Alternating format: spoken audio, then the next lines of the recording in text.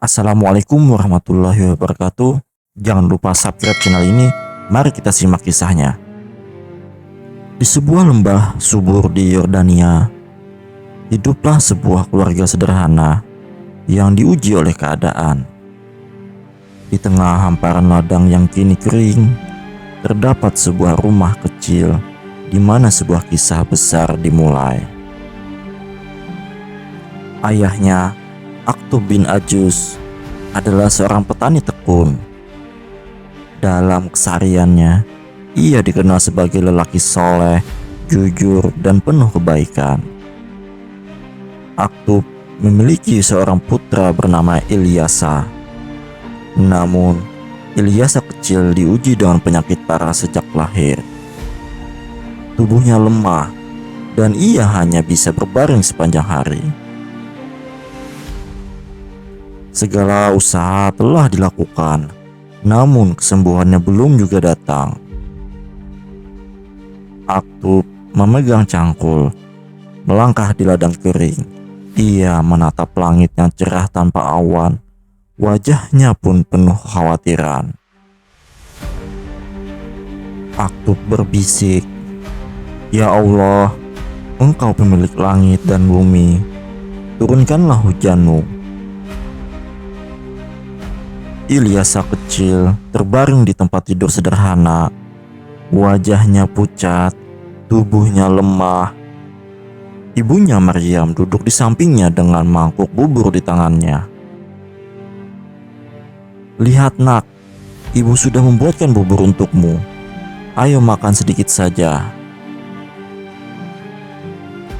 Ilyasa dengan lemah berkata, "Ibu, aku ingin membantu ayah di ladang. Kapan aku bisa sembuh?" Maryam menangis, membelai rambut Ilyasa. Di tengah cobaan mereka, datanglah kemarau panjang yang melanda negeri. Sungai-sungai mulai mengering, tanah retak, dan hasil panen gagal total. Penduduk desa hidup dalam kelaparan, termasuk keluarga Ilyasa. Di pasar desa yang sepi, warga berkumpul dengan wajah penuh kecemasan. Sebagian membawa kendi kosong, berharap ada air. Warga berkata, "Sungai sudah hampir kering, apa yang harus kita lakukan?" Warga lain menjawab, "Kita harus mencari Nabi Ilyas. Dia orang yang dekat dengan Allah. Mungkin dia bisa menolong kita." Sebuah suara gaduh terdengar. Sekelompok prajurit bersenjata masuk ke desa, membuat warga panik. Warga itu berkata, "Di mana Nabi Ilyas? Kami tahu dia ada di sekitar sini." Warga pun menjawab dengan ketakutan, "Kami tidak tahu. Tolong jangan ganggu kami."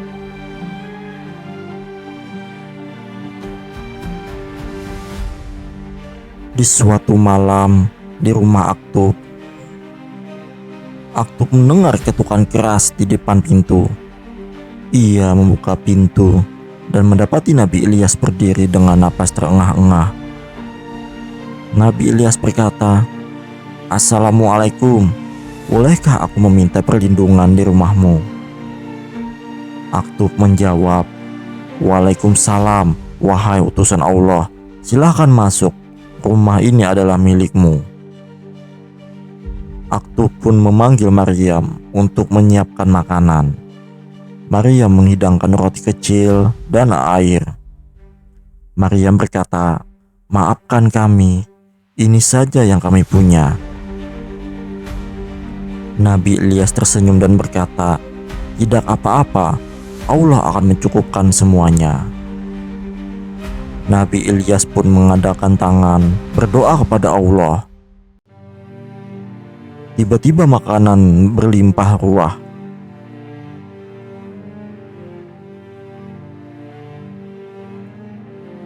Di kamar Ilyasa di rumah Aktub, Nabi Ilyas duduk di samping tempat tidur Ilyasa.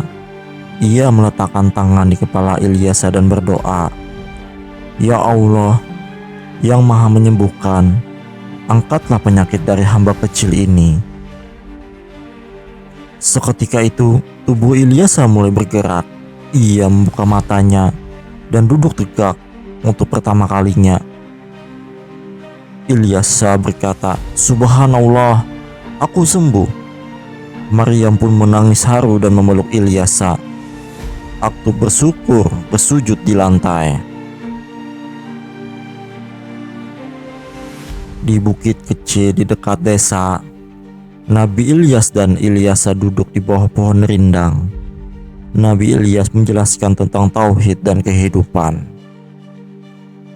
"Ingatlah Ilyasa, ujian adalah bagian dari rencana Allah.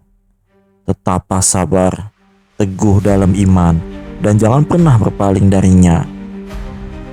Ilyasa berkata, "Ajarkan aku lebih banyak, wahai Nabi Allah. Aku ingin menjadi seperti engkau."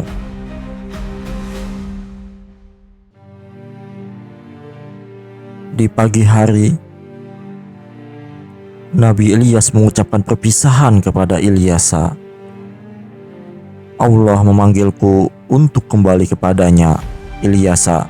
Kini kau yang harus meneruskan dakwah ini." Ilyasa pun menunduk, menahan air mata. Ilyasa berkata, "Aku akan melanjutkan tugas ini, wahai Nabi Allah." Nabi Ilyas berjalan menjauh, tubuhnya menghilang di balik cahaya terang. Di kota Balbak, warga kembali menyembah patung berhala Baal. Suasana kota dipenuhi perjudian dan kekerasan. Ilyasa berkata, "Bagaimana bisa mereka berpaling dari Allah setelah semua nikmat yang telah diberikan?" Ilyasa masuk ke tengah kerumunan dan menyerukan dakwah. Ilyasa berkata, "Wahai kaumku, sadarlah, berhentilah menyembah berhala, dan kembalilah kepada Allah." Warga pun mencemoohnya dan melemparinya dengan batu. Kota yang dilanda kemarau panjang, tanah kering dan retak, warga kelaparan, anak-anak menangis di pinggir jalan. Ilyasa berjalan di tengah kota. "Ini azab Allah bagi kalian yang tidak mau bertobat. Kembalilah kepadanya sebelum terlambat." Warga tetap menolak. Sebagian jatuh pingsan karena kelaparan. Ilyasa memimpin pengikutnya untuk hijrah ke tempat yang lebih aman. Nabi Ilyasa memutuskan untuk berhijrah bersama pengikutnya. Dalam perjalanan, mereka melewati puing-puing kota yang hancur akibat azab Allah. Nabi Ilyasa berhenti sejenak dan berpesan, "Hukuman Allah itu nyata bagi mereka yang ingkar. Maka kuatkanlah iman, teguhkan hati, dan perbanyak ibadah agar selamat di dunia dan akhirat." Di sebuah desa baru yang subur, Ilyasa dan pengikutnya hidup damai. Ladang mereka subur, anak-anak bermain di tengah hijauan. Setelah hijrah, Nabi Ilyasa terus berdakwah hingga usia 90 tahun. Kaumnya yang beriman hidup rukun, damai, dan makmur di bawah naungan ajaran tauhid. Ilyasa menjadi teladan bahwa kesabaran dan keteguhan dalam iman adalah kunci dalam menghadapi segala ujian. Hikmah cerita ini adalah bahwa kesabaran, keimanan, dan pengorbanan adalah jalan menuju keberkahan hidup. Allah selalu memberikan pertolongan kepada hambanya yang berserah diri kepadanya. Tamat. Wassalamualaikum warahmatullahi wabarakatuh.